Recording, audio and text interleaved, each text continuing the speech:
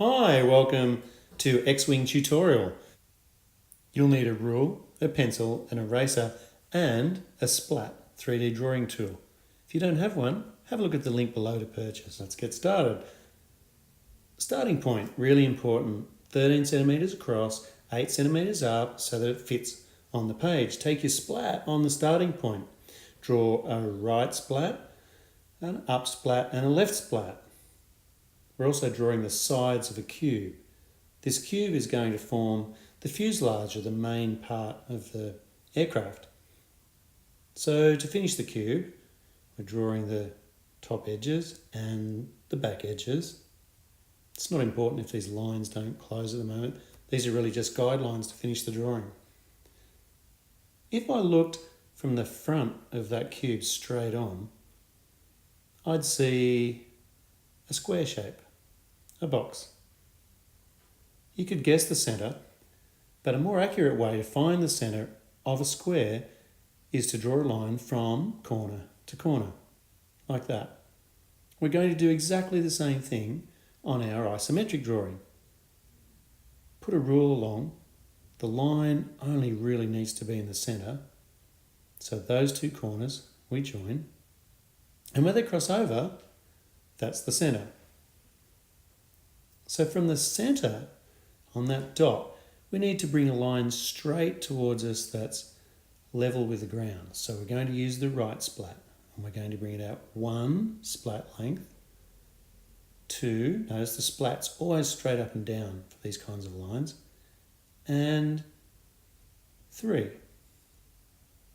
I'm using the left splat and drawing a guideline about 1 centimetre or 1/2 inch to the left and the right of the line. I'm putting a dot there because I'll be joining to it in a minute. So we're connecting those two dots. We'll be forming a triangle. From there, from that corner to there. All right, that's one side. I no longer need that guideline, so I could erase it. Let's go speedy. So this is the fuselage of the aircraft. When I've erased, I'm going to fix my line a little bit there. And on the other side, we're going to join those two dots.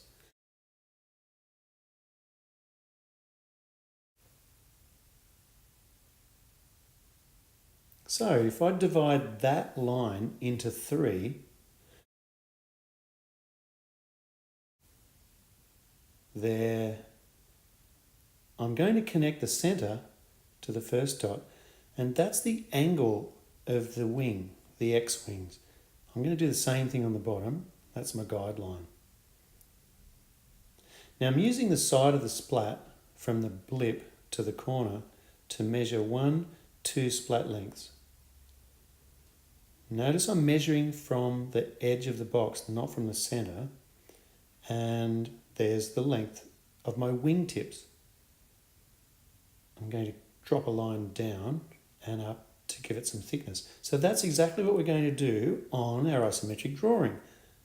That edge we divide into 3 equal parts with 2 lines. Remember, we connected that point to the centre. Just darken it in if you've rubbed it out. And we draw a guideline. We don't use the splat for those sorts of lines because they're not level with the ground. So I'm just drawing it. Doesn't matter about the length at this stage. Now we use the splat.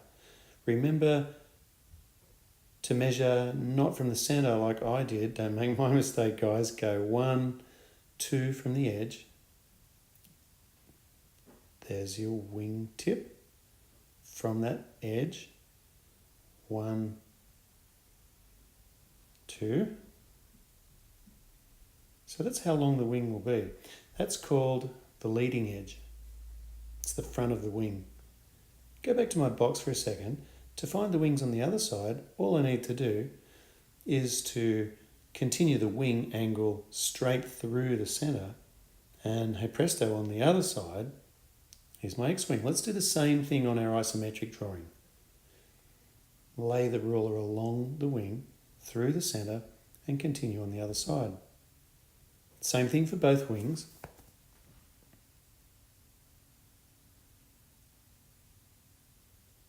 This might look a little tricky to you, but with a few run-throughs, it gets a lot easier. So just stick with it, guys. And if your drawing doesn't look exactly like mine, it's fine. You can make up your own spacecraft. This is where everyone starts. All right, so we're going 2 splat lengths on this side as well.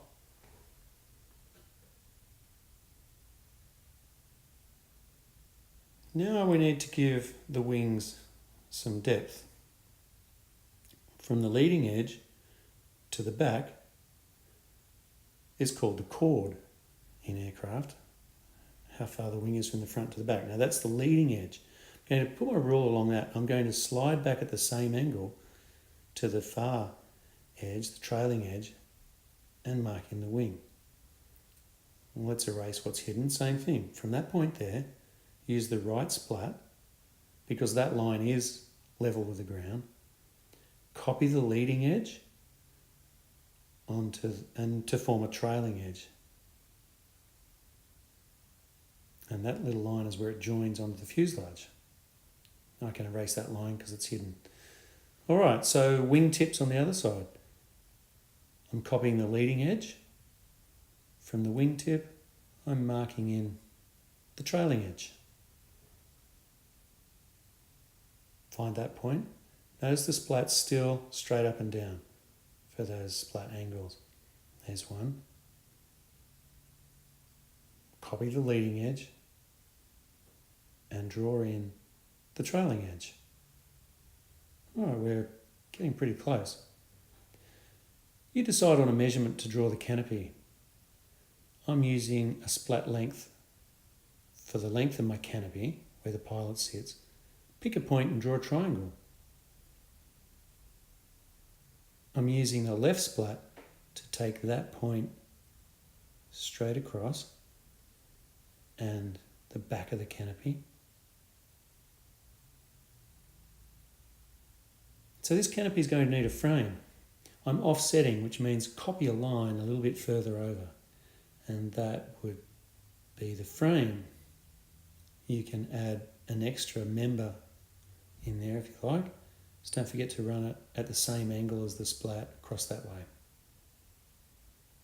If you want to, you could whiz right around the canopy, and don't forget about the far side.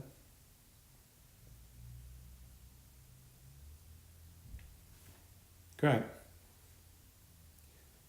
Now we're going to draw the nose in.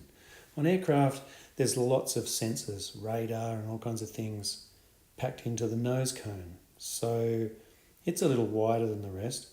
I'm going to decide how far I want that. You can come up with your own measurements. But when you do, extend them outside the fuselage a little, and then offset or copy those lines a little bit further out. Don't go too dark at this stage, because I'm going to round the corners off before I do my final darkening in. All right, there's a nose cone. Awesome.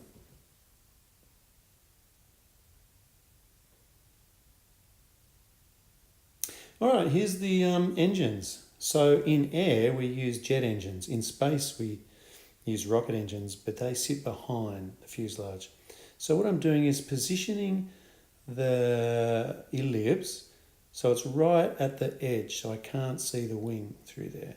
And then draw in that whole ellipse. Slide it back on your pencil, draw in the far side of the ellipse, and then join a line that just kisses or touches the two curves, or the ellipses.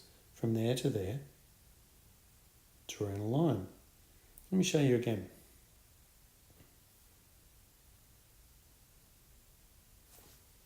So, pencil on the leading edge, halfway along the wing. Draw in the circle so it's just touching the wing, and then slide that one back. Notice the pencil there, slide the splat along the pencil, far side. I'm erasing that before I actually draw it. It's a bit quicker to do it that way. Join those two spots. It's the same for all of the motors, it's just some of it's hidden. This one, most of the motor's hidden. All I'm seeing is a little bit of that. Here I'm drawing a centre line down the middle of the cylinder, and I'm going to draw the back of the jet engines. I'm using the little ellipse. Notice the two little blips there? I'm lining those up, but I'm measuring first one ellipse, two ellipses, and darkening that in. Come up with your own measurement. I'm connecting a line at the top and bottom until it hits there. Same thing. Let's measure back. Line it up one, line it up with a little dot, and just draw the far side in. Yep. Now connect to the jet motor, and boom. Looks like I'm going to see a little bit of that one there.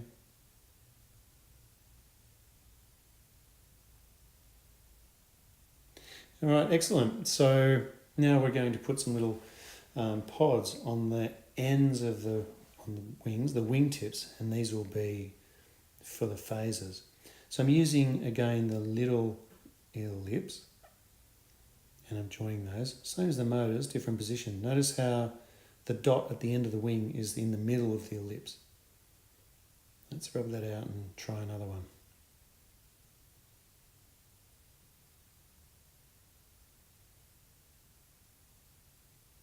So I'm going to tidy that up. The full ellipse there. Notice how the blips are in line with the direction of the cylinder.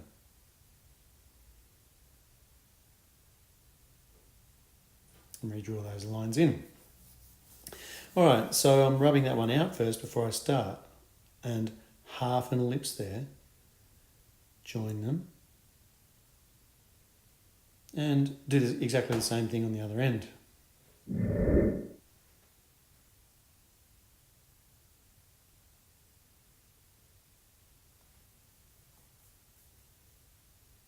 Just remember to keep the two little blips in line with the end of the wing on your splat angle.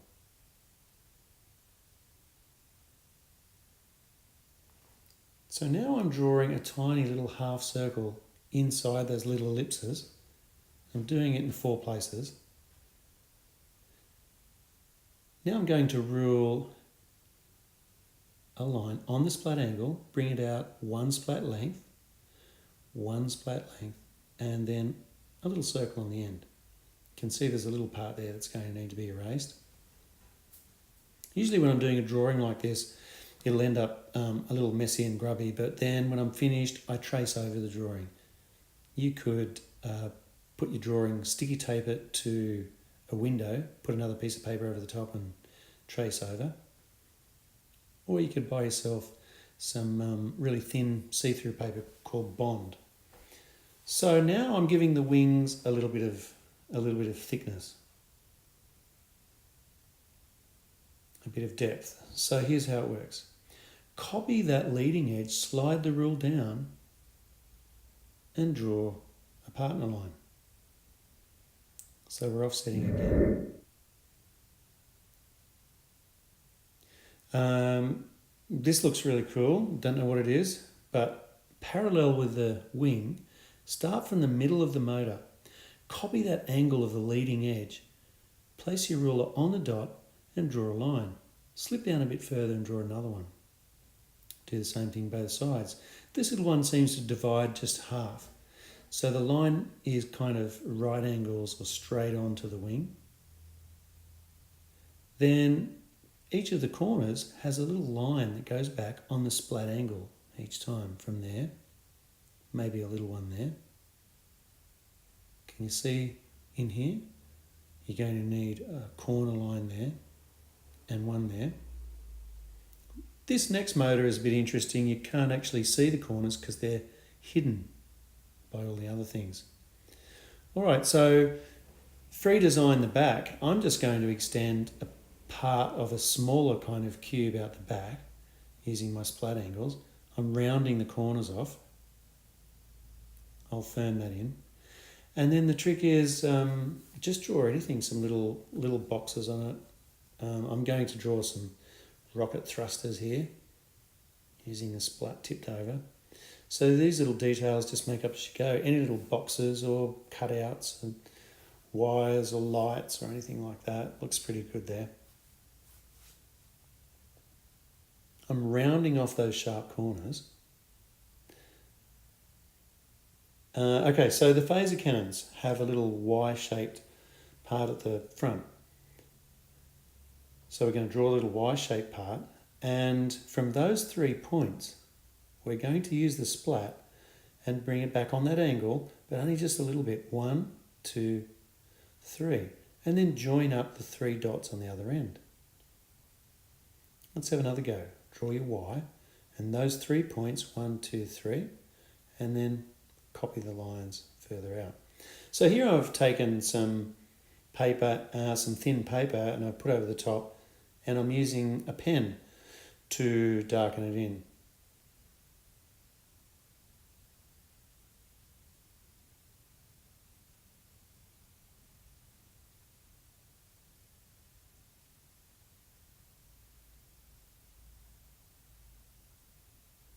You have to be careful that the ink doesn't run underneath your rule. Either tip your rule upside down or put some tape on the back so it's not flat, and you find it won't smudge so much. You can use pencil as well. Look, I've had a fantastic time drawing this, and I hope you do too. So please like and subscribe, send in some work. See you soon.